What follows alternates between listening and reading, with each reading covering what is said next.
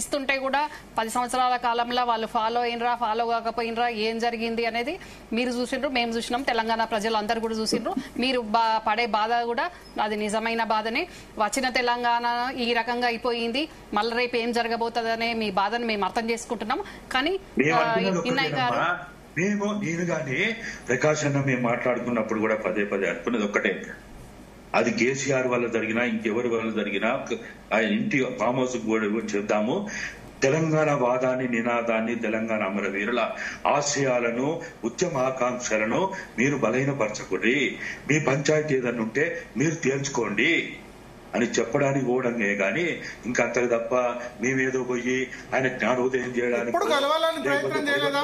గాదన్నయ్య గారు ఒక విషయం చెప్పండి, 14 తర్వాత లేదా 14 బిఫోర్ ఎప్పుడు మీ అంతా మీరు కలవాలని ప్రయత్నం చేయలేదా? గద్దర్ ప్రయత్నం చేశారు అంటారు మన ప్రగతి భవన్ దగ్గర. అట్లా మీరు ఎప్పుడు వెళ్ళాలి కలవాలనుకోకపోవడానికి కారణం ఏంది? నేను ఒక్కసారి అప్పుడు బై ఎలక్షన్ ఉద్యమ సమయంలో బై ఎలక్షన్ పోయి ఎమ్మెల్యేలు ఓడిపోయి కొంతమంది ఇదైనప్పుడు ఆయన ఢిల్లీలో నన్ను పిలిపించుకున్నాడు. అది 2008లో ఒకసారి పిలిపించుకుని దాదాపుగా 8 గంటలు ఆయన అదే అక్కడ ఉంది కదా ఏది జంత మన తుక్లక్ రోడ్ లో ఆ క్వార్టర్ కి పిలిపించుకొని చాలా సుదీర్ఘంగా దాదాపు 50-60 మంది నాయకులు ఉంటే కూడా సుమారు 8 గంటలు సుదీర్ఘంగా చర్చ చేసినాము. ఎందుకు ఇట్లా ఇది, ఏం జరిగింది, ఈ వైఫల్యాలు ఎందుకు జరుగుతున్నాయి, నష్టాలు ఎందుకు జరుగుతున్నాయి, అది తీవ్రమైన సంక్షోభ సమయంలో ఆయన సంక్షోభ సమయంలోనే మాలాంటి వాళ్ళని గుర్తొస్తాము, మాలాంటి వాళ్ళతో మాట్లాడాలని ఆయన కోరుకుంటాడు, అభిప్రాయపడతాడు. అందుకోసమని మేము ఏదో ఇప్పుడు ఆ పంచాయతీలో పోవాలి, ఆ వినీతి గురించి మాట్లాడాలా, దోపిడీ గురించి మాట్లాడాలా, లేకపోతే రేవంత్ రెడ్డి కేసీఆర్ లేకపోతే పంచాయతీ గురించి కాదు మేము పోయేది. తెలంగాణ ఉద్యమ ఆకాంక్షలు, అమరవీరుల ఆశయాలు. అమ్మ మా వల్ల మా పుస్తకాలు చదివి మా మాటలు విని కొన్ని 100 మంది చనిపోయినమ్మా. సిరిపురం యాదయ్య నన్ను డాడీ అనేది, ఆయన ఒక అనాథ, తల్లిదండ్రులు లేనటువంటి ఒక అనాథాశ్రమంలో పెరిగిన బిడ్డ ఆయన సిరిపురం యాదయ్య. అటువంటి బిడ్డలు మా మాటలు చనిపోవడానికి ఒక రోజు ముందు కూడా నాకు ఫోన్ చేసి, డాడీ తెలంగాణ కోసం నన్ను ఏం చేయమంటావని నన్ను అడిగిండు. బెల్లి లలితని ఆమె స్పిన్నింగ్ మిల్ లో పనిచేస్తుంటే నేనే స్వయంగా వెళ్లి ఆమెకు లీవ్ లెటర్ రాయించి ఆమె లీవ్ పెట్టించి ఉద్యమంలోకి తీసుకొచ్చిన.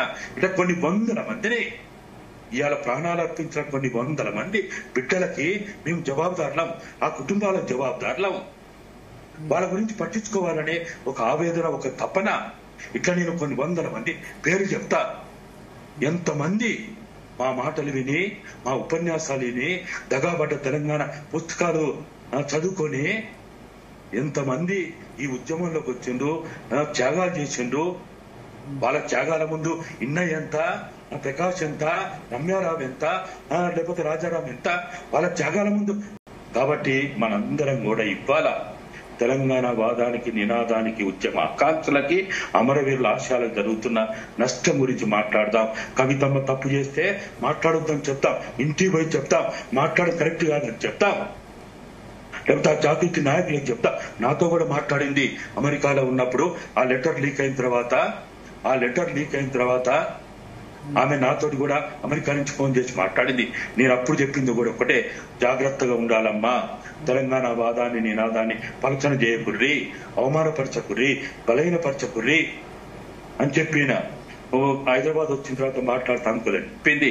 ఇవ్వాల ఆమె ఇప్పుడే కాదు, 1999 నుంచి కూడా వాళ్ళు అమెరికాలో ఉన్నప్పుడు అప్పుడు కూడా వీళ్ళందరూ హరీష్ అయినా, కేటీఆర్ అయినా, కవితమ్మ అయినా మా నాయనని డిస్టర్బ్ చేయకుండా మా జీవితాలు నాశనం అయితే ఇంకా మేము ఇంకా సెటిల్ కాలేదు, వద్దంకుల్ అని మాట్లాడిన చెప్పిన వాళ్ళు నాకు. కాబట్టి వాళ్ళ బాధ, వాళ్ళ ఆవేదన, వాళ్ళ కాంట్రిబ్యూషన్ అన్ని కూడా ఇంతకుముందు చెప్పిన వాళ్ళందరూ, వాళ్ళ జాగృతి వాళ్ళు కూడా, మీరు కూడా దయచేసి మీరు కూడా విషయాన్ని కాంప్లికేట్ చేయకుర్రి, వాదనల కోసం వాదన చేయకుర్రి, విమర్శల కోసం విమర్శ చేయకుర్రి. మనం విమర్శించేది ఎవరిని? మన కుటుంబ సభ్యులని. తెలంగాణను విమర్శిస్తున్నాం, మనందరం ఈ రోజు తెలంగాణను విమర్శిస్తున్నాం. వాళ్ళు కాంగ్రెస్ లో ఉన్నా, బీజేపీలో ఉన్నా, వాళ్ళు ఏ పార్టీలో ఉన్నా ఇవాళ తెలంగాణ వాదాన్ని నినాదానికి నష్టం చేయకుండా ఉండాలనే తప్ప ఇంకా వేరే ఏముందాడా? ఇవాళ ఈ రోజు కూడా ఈ గులాబీ చొక్క వేసుకొని పిచ్చో లెక్క తిరుగుతున్నా. నేనున్నా నా ఇంటికి కూడా గులాబీ రంగు వేసుకున్నా, నా ఆశ్రమానికి గులాబీ రంగు వేసిన పిచ్చో లెక్క తిరుగుతున్నా. మేము ఎందుకు? మా మాటల వల్ల, మా పుస్తకాల వల్ల, మా ఉపన్యాసాల వల్ల తెలంగాణలో కొన్ని లక్షల కోట్ల మంది వాళ్ళు అనేక రకాలుగా నష్టపోయారు. కాబట్టి వాళ్ళకి ఈ రోజు మంచి జరగాల, వాళ్ళ మంచి కోసం తప్ప. మీరు బీఆర్ఎస్ లో ఉన్నట్టేనా, టీఆర్ఎస్ లో ఉన్నట్టేనా గులాబీ షర్ట్ వేసుకుని ఇంకా తిరుగుతున్నారంటే? భరత్ గారు, నేను ఒక్క నిమిషం విన్నా. భరత్ గారు, ఆ జెండా సృష్టికర్త ఇన్నయ్య గారు. అచ్చా, గులాబీ కలర్ ఆయనకు ఆ పేటెంట్ రైట్ ఉంది. ఓకే. సో మీరు టీఆర్ఎస్, సరే బీఆర్ఎస్ పక్కన పెడితే తెలంగాణ రాష్ట్ర సమితి మెంబర్ గానే అనుకుంటారా ఇన్నయ్య గారు? నేను ఈ రోజు కూడా, నిన్న కూడా, ఈ రోజు కూడా, అంటే ఇప్పుడు బీఆర్ఎస్ లో ఉన్న నాయకులతో కూడా మాట్లాడినా, మీరు చెప్పండి, మీరు వాదించండి, మీరు ఆయన అవసరమైతే కట్టడి చేయండి. ఆ బీఆర్ఎస్ నాశనం చేసింది కాబట్టి మీరు నాశనం అవుతున్నారు, వెంటనే దాన్ని రద్దు చేసి టీఆర్ఎస్ పెట్టియండి అని ఈ రోజు కూడా మాట్లాడినా, నిన్న కూడా మాట్లాడినా. అరే, నాకు మాట్లాడే హక్కు ఉంది, స్వేచ్ఛ ఉంది, నేను మాట్లాడితే ఫోన్ ఎత్తుంది ఎవరైనా ఫోన్ ఎత్తుతారు. మేము ఎన్నిసార్లు మాట్లాడుతున్నాం ఈ 3 నెలల్లో, ఈ 6 నెలల్లో ప్రకాశంలో నేను చాలాసార్లు మాట్లాడుకున్నాం. ఇన్నయ్య గారు, ఒక్క మాట, నాకు ఒక్క అవకాశం ఇవ్వండి. ఒక్క మాట, మీరు ఇందాక చాలా విషయాలు, వాస్తవ విషయాలే చెప్పిండ్రు. జరిగిపోయిన దానికి ఆలోచించకుండా జరగబోయే దాని గురించి ఆలోచించాలి, త్యాగాలు చేసిన వాళ్ళ గురించి ఆలోచించాలన్నారు. అది చాలా మంచి ఆలోచన, దాని గురించి వెళ్ళండి, మాట్లాడండి. కానీ కేవలం ఓన్లీ కవిత కోసమే మీరు ఫామ్ హౌస్ వెళ్లకుండా, కన్విన్స్ చేయకుండా ఏవైతే ఇందాక చెప్పిండ్రో ఆ అంశాల గురించి మాట్లాడితే అందరు కూడా సంతోషిస్తారు, సంతోషపడతారు. రమ్య గారు, మేము అనుకున్నప్పుడు కూడా కవితమ్మనో, కేటీఆర్, హరీష్, అది మాకు తెలుసమ్మా. కవితమ్మ, హరీష్ పంచాయతీ ఇప్పటిది కాదు, నాకు తెలుసు. 1985 నుంచి పంచాయతీ అలాది. ఇలా కొత్త పంచాయతీ నాకు తెలుదమ్మా. తెలుసండి, మీకు తెలియదు. నేను ఎందుకంటే ఉద్యమంలో మీ పాత్ర నేను కూడా ఉండి చూసినా కదండి, మీ కాంట్రిబ్యూషన్ నేను కూడా ఉండి చూసినా కదా. 1999 2000 లో ఏం జరిగింది మీకు తెలియదా? మీకు తెలుసు కదా. ఇవాళ బయటికి మాట్లాడుతూ మనం ఆ కుటుంబాన్ని కించపరచొద్దు, అవమానపరచొద్దు, హేళన చేయొద్దు, అది వేరే విషయాలు. కవితకును, హరీష్ కో, కవితకును ఇతరులకు ఉన్న పంచాయతీ, లేకపోతే కేటీఆర్ కి ఇతర పంచాయతీ వేరు. నేను ఈ రోజు కూడా మీడియాలో మాట్లాడింది ఒకటే, శోభదిన ఈ విషయంలో ఎంటర్ అయితే సమస్య పరిష్కారం అవుతుంది. శోభదిన నోరు తెరవాలి, శోభదిన మాట్లాడాలి. ఎందుకంటే మేము ఆ ఇంట్లో మేము తిన్నోళ్ళమమ్మా, ఆ ఇంట్లో ఉన్నోళ్ళం. ఆ శోభదిన పెట్టింది వాళ్ళ బెడ్రూమ్ ఎదురుగా నాకు రూమ్ ఉంటే, ఆ ఇంట్లో నాకు రూమ్ ఉండే. నాకు అన్ని తెలుసు అండి. కాబట్టి ఇవాళ మనము ఏది ఏమైనా తెలంగాణ రాష్ట్ర సాధనలో శేఖరన్న పాత్ర మనం తక్కువ చేయకూడదు. మనకు విమర్శలుంటే చేద్దాం, ఆయన తప్పులను విమర్శిద్దాం, ఆయన ఇతర అన్ని విషయాలు మాట్లాడతాం. నాకు తెలియదమ్మా ఎంత కోపం, బాధ ఉందో, శేఖరన్న మీద ఎంత బాధ, కోపం ఉందో నాలో లేదా? అయినా శేఖరన్న మీద ఉన్న బాధని తెలంగాణ మీద మనం పగ తీర్చుకోవద్దు. ఎవరు పగ తీర్చుకునే రకంగా మేమేం చెయ్యట్లేదు. కాకపోతే మీరు అన్నట్టు శోభావతిని ఒక్క ఈ అంశంలోనే కాకుండా అందరి అంశాలలో కూడా అన్యాయం జరిగిన వాళ్ళు అందరి అంశాలలో కూడా మాట్లాడితే బాగుండేది. కానీ ఇప్పుడు ఒకటే అంశంలో శోభావతిని ఎంటర్ చేసి మాట్లాడతానంటే మరి ఆ శోభావతిని వల్ల కూడా విభజించి పాలించిన దాని వల్ల ఎంతమంది ఆగమైపోయినరో మీకు తెలియదు. మీరే ఇప్పుడు అన్నారు మీడియా ముందు చెప్పొద్దని. మరి మీకు 1 to 1 నేను చెప్తా. మరి అన్యాయం ఇప్పుడు తెలంగాణ కోసం త్యాగం చేసి అన్యాయం అయిపోయిన వాళ్ళ గురించి మాట్లాడినరు. మరి కేవలం అండి ఒకటి ఇన్నయ్య గారు ప్లీజ్ దయచేసి నా మాట కూడా మీరు వినండి. వాళ్ళని కట్టడి చేయమని కానీ అంత తప్ప మొత్తం నాకు తెలుసు. మీ మొత్తం 9 మంది మీ కుటుంబ సభ్యుల్లో మీ పెద్ద కుటుంబం, మీ మేనత్త లేకపోతే మీ కుటుంబ సభ్యులందరి గురించి కూడా మీ బాధలు, మీ కష్టాలు, మీ పెద్దమ్మ, మీ మేనత్తలు కావచ్చు, ఎన్నోసార్లు నేను మాట్లాడినా, 2001 ముందు మాట్లాడినా, 1 తర్వాత మాట్లాడినా, చాలా సందర్భాల్లో మాట్లాడి. నేను ఏమంటున్నా అంటే ఇప్పుడు శోభదిన పేరు ఎందుకు చెప్పినామంటే వాళ్ళు స్వయంగా శోభదిన పెంపకంలో పెరిగిన వాళ్ళు కాబట్టి వాళ్ళిద్దరిని నువ్వు కట్టడి చెయ్యి.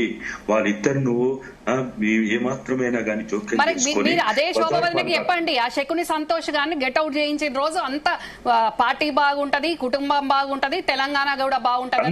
మీరు ఆ విషయం చెప్పండి. ఆ విషయం మీరు ధైర్యంగా చెప్పాలి. మీరు కేసీఆర్ గారికైనా మీ శోభమ్మకైనా ఆ విషయం చెప్పండి. దానివల్ల ఇంటి ఆడబిడ్డను ఫస్ట్ నేను బయటికి రావాల్సి వచ్చింది. నేను విక్టిమ్. మీ బ్రదర్ ఇప్పటికి అక్కడ ఉన్నాడు కదా. అరే నా బ్రదర్ ఉన్నాడంటే అదే ఒక సెకండ్ అండి. నా బ్రదర్ ఎక్కడ ఉన్నారని మీరు అన్నారు కదా ఇన్నయ్య గారు. దయచేసి ప్రకాష్ గారు మీరు కూడా జాగ్రత్తగా వినాలి. తెలంగాణ ప్రజలందరూ కూడా గమనిస్తున్నారు. ఇప్పుడు అక్కడ ఉన్నారు అంటే అది దేంట్లో భాగం? హరీష్ ను సైడ్ లైన్ చేయడానికి, హరీష్ ను ఇబ్బంది పెట్టడానికి కోసం అక్కడ ఇప్పుడు వంశీధర్ రావు ఉన్నాడు. అంతకుముందు కనీసం వంశీధర్ రావు పెళ్లికి అక్షంతలు వేయనీయకుండా అడ్డుకోలేదా? కనీసం వచ్చిండ్రా? అప్పుడు నేను బాధ్యత తీసుకున్నానండి. వంశీ పెళ్లి నుంచి కేటీఆర్, కవిత మొత్తం మంది పెళ్లిలు బాధ్యత తీసుకొని నేను దగ్గర ఉండి చేయించండి. మీకు తెలుసు కావచ్చు శోభమ్మ యాటిట్యూడ్ ఏంది, మా ఫ్యామిలీ ఏంది మీకు తెలియదని నేను అనట్లేదు.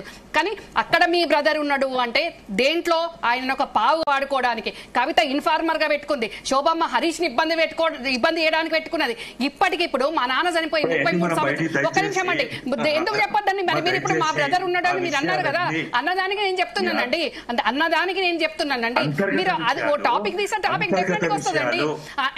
ఎందుకంటే 33 సంవత్సరాలు మా నాన్న చనిపోతే మా నాన్న పేరు దిక్కు దివానా ఉండదు. కేసీఆర్ కి ఎవరండి రాజకీయ వీక్ష పెట్టింది? మీరు ఎంతసేపు మా నాన్న గాని నన్ను గాని తక్కువ చేసే విధంగా, మరుగున మర్చే విధంగా మాట్లాడడం మాత్రం నేను ఎట్టి పరిస్థితుల్లో సహించనండి. ఎవరున్నారండి? మీరందరూ ఉద్యమ కాలంలో ఉన్నారు కావచ్చు, కానీ రంగారావు లేకుంటే కేసీఆర్ ఎక్కడండి? కల్వకుంట్ల చంద్రశేఖర్ రావు ఎక్కడండి? దాని గురించి ఎవరెందుకు మాట్లాడరు? మా నాన్న లేడా? మా నాన్న భిక్ష కాదా? కాంగ్రెస్ కు తీసుకొచ్చింది మా నాన్న కాదా? అట్లాంటి ఆయనను మళ్ళీ మొన్న అసలు ఆయన గురించే మర్చిపోతారు. ఆయన ఫోటో ఉండదు, ఆయన దలుచుకోరు ఎక్కడ. ఇదే కేసీఆర్ మా బాబాయ్ చెప్పిండు కదా ఒక టీవీ సాక్షిగా, నాకు రాజకీయ భిక్ష పెట్టిందే మా అన్న అని ఆయనని చెప్పిండు కదా. కానీ ఏ రోజన్నా ఈ పిల్లలు తలుస్తారా? మీరెవరన్నా గుర్తు చేసుకుంటారా? మీరెవరు గుర్తు చేసుకోకపోయినా మాకు పర్వాలేదు, దాంట్లో ఏం తప్పు పట్టాల్సింది. కానీ ఇప్పుడు కూడా మళ్ళా హరీష్ ను సిద్దిపేటకి వెళ్ళి జరపడానికి కోసం వంశీధర్ రావును పావుగా వాడుకొని మళ్ళా చచ్చిపోయిన రంగారావును 33 ఏళ్లకు తలుచుకొని రంగారావు చారిటబుల్ ట్రస్ట్ అని పెట్టించి మళ్ళా ఏడాది లోపలనే అది ఊహించి మళ్ళీ హరీష్ ఫామ్ హౌస్ పోయి నా పరిస్థితి ఏంది అని వాదనలకు దిగినాక మళ్ళీ అప్పుడు వంశీధర్ రావును మహారాష్ట్ర ఇన్ఛార్జ్ చేస్తాను. ఎవరండి ఇవన్నీ ఎవరు చేస్తున్నారండి?